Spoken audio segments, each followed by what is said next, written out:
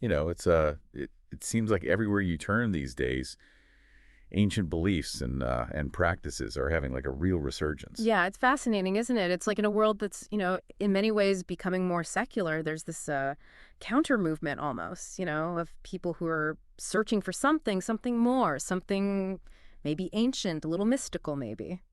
Yeah, and it's interesting you say that because the article we're diving into today really gets at that tension, right, between that pull towards ancient spirituality and I guess like modern life as we know it. And one of the things that this article suggests is that pre-Christian paganism, and I'm curious to hear your take on this, offered a way of experiencing the sacred that's missing for a lot of people today. hmm it's an interesting way to look at it. It makes sense if you think about the historical context, right?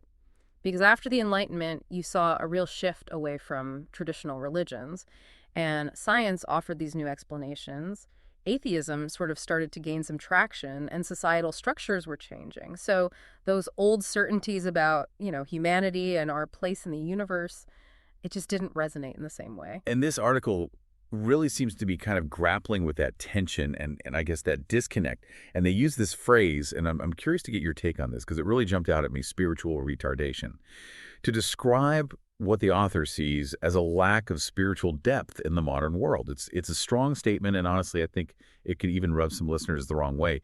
What do you think the author's getting at with a phrase like that? Yeah, I think you're right. It's a very, very provocative term. And I think maybe that's intentional. It's to kind of get your attention. And what they're suggesting is that a lot of people today, especially if you're raised in a secular environment, you just haven't been exposed to the fundamental concepts of, spiritual traditions or religious traditions.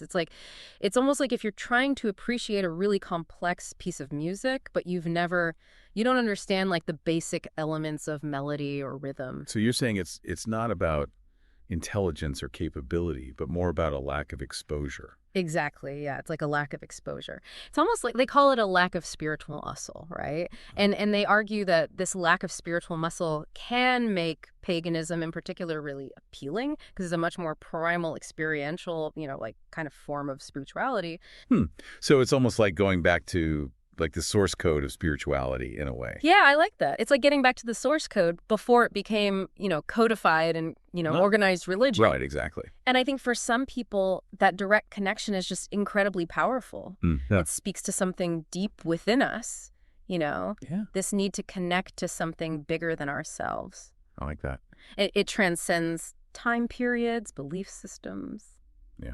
Yeah. One thing that really struck me as I was reading through this article was this idea that for some people, exploring paganism might actually be a kind of stepping stone to Christianity. Yeah, that's one of the, I think, really fascinating arguments the author makes. Almost like this idea of paganism being this kind of a bridge almost, Yeah. back to a more kind of structured, faith. Yeah, and they even make this comparison to C.S. Lewis's book, That Hideous Strength. I don't know if you're familiar with it, but Oh, yeah.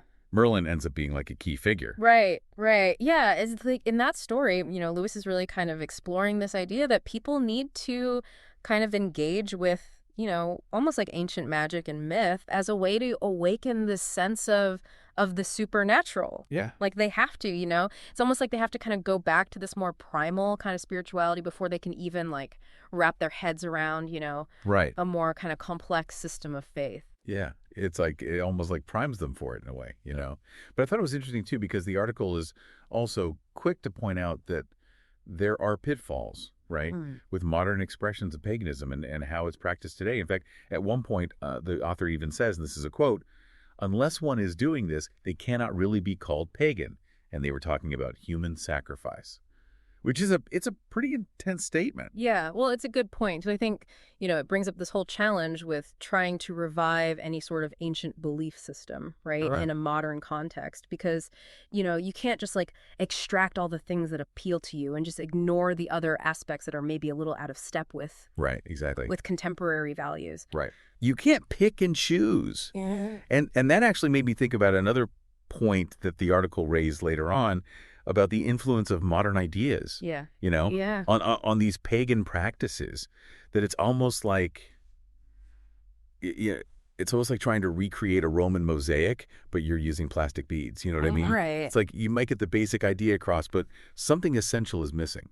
Yeah, and I think that tension, between authenticity and then, Yeah. trying to adapt these ancient traditions, I think it comes up again and again. Like, how do Mhm. how do we engage with these beliefs in a way that feels meaningful? Right. But also, it doesn't veer into appropriation. Yeah, absolutely. And that actually, that makes me think about another aspect of all this that we've been talking about, which is this idea of, symbols and how they're used. Yeah, absolutely. Because we see this resurgence in interest, right, in ancient symbols and ancient imagery, but it doesn't always feel like it's, fully thought through. Yeah. We're coming from a place of understanding, I guess. Yeah, and I think that the idea of cultural appropriation is really essential here. Mhm. The author actually, they talk about this experience they had, where they saw this symbol. It was like a cross, but it also had a hammer incorporated into it. Mm-hmm. And it really bothered them because it felt like it was, kind of proclaiming the dominance of one faith, Right. over others. But the thing about symbols, right, is they can be complex and the meaning can change. Right. Right. Context is everything. Exactly. Yeah.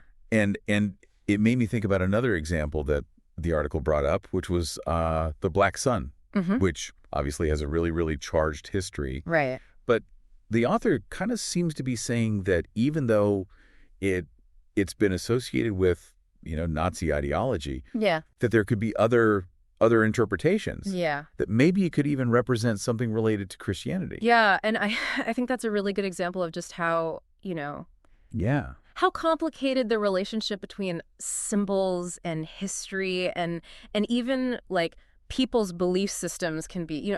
Symbols can change. They can be, kind of reclaimed. Right. Like the word awful used to mean full of awe. Right. Right. Exactly. Yeah. And now it's like the opposite. But now it's something totally different, yeah. But I think the challenge is acknowledging that history, right? Mm-hmm. Then also being open to the possibility that those symbols can evolve. Yeah. Yeah. No, I think that's so well said, and it really seems like this whole conversation, this whole deep dive has uncovered this deep need, that we have to connect with something beyond just like the day-to-day. Yeah. Whether that's through looking back at ancient belief systems or through traditional faiths, or even just like a sense of, Yeah. awe and wonder about the world. Absolutely. And maybe, maybe this whole resurgence of interest in paganism, maybe it's a sign that people are just looking for something a little more, I don't know, a little more personal, a little more experiential. Right. When it comes to connecting with something sacred. Yeah. Something ancient, something primal. Yeah, that resonates. Well, and on that note, if any of this has resonated with you, listener, we'd love to hear your reflections. What really stuck with you about this conversation. And as we mentioned earlier, if you're interested in this idea of like ancient beliefs and in modern spirituality, I think it'd be really worth checking out C.S. Lewis's That Hideous Strength. We've mentioned it a couple of times, but it really does kind of touch on a lot of the themes that we've brought up today. But until next time, keep exploring, keep questioning, and keep diving deep.